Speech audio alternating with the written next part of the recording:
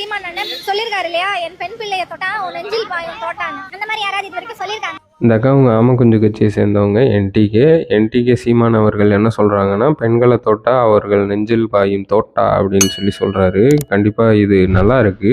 ஆனால் சட்டம் என்ன சொல்லுது அப்படின்னா, சட்டத்துக்கு கட்டுப்பட்டு தான் இந்த பிஎம்மாக இருக்கட்டும் சிஎம்மாக இருக்கட்டும் அவங்களும் சட்டத்தை மீறி தனிப்பட்ட முறையில் அப்படி உத்தரவு கொடுக்க முடியாது. அப்படி கொடுத்தா அந்த பிஎம் சிஎம் எல்லாத்துக்கும் ஆயுள் தண்டனையும் மரண தண்டனையும் கிடைக்கும்.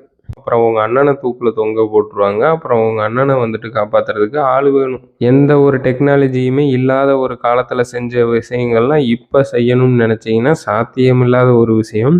உங்க அண்ணன் மொத்தத்துல சிஎம் ஆக மாட்டாரு. சிஎம் ஆயிட்டாரு அப்படின்னா எங்கேயும் ஓடி ஒளியலாம் முடியாது. சாதாரண நபராக இருந்தா கூட எங்கேயாச்சும் போய் மறைஞ்சுக்கலாம், செஞ்சுக்கலாம். ஆனா ஒரு முதலமைச்சர் சிஎம்மா இருந்து இந்த மாதிரி சட்டத்துக்கு புறமான செயலை செஞ்சுட்டு எங்கனையும் ஒளிய முடியாது. அவங்க அண்ணனை காப்பாத்துறதே ரொம்ப கஷ்டமாயி போகும். அப்புறம் உங்க அண்ணன் நம்ம நாட்டை காப்பாத்துவாரு, நட்டமா நிப்பாட்டுவாருன்னு நீங்க பேசிக்கிட்டே இருக்க வேண்டியது. புரிஞ்சுக்கோங்க மக்களே, இந்த மாதிரி முட்டா கூட்டங்கள்லாம் சொல்றத நம்பிட்டு இன்னமும் நிறைய பேர் ஏமாந்துகிட்டு இருக்கீங்க. தயவு செஞ்சு ஏமாறாதீங்க. நன்றி.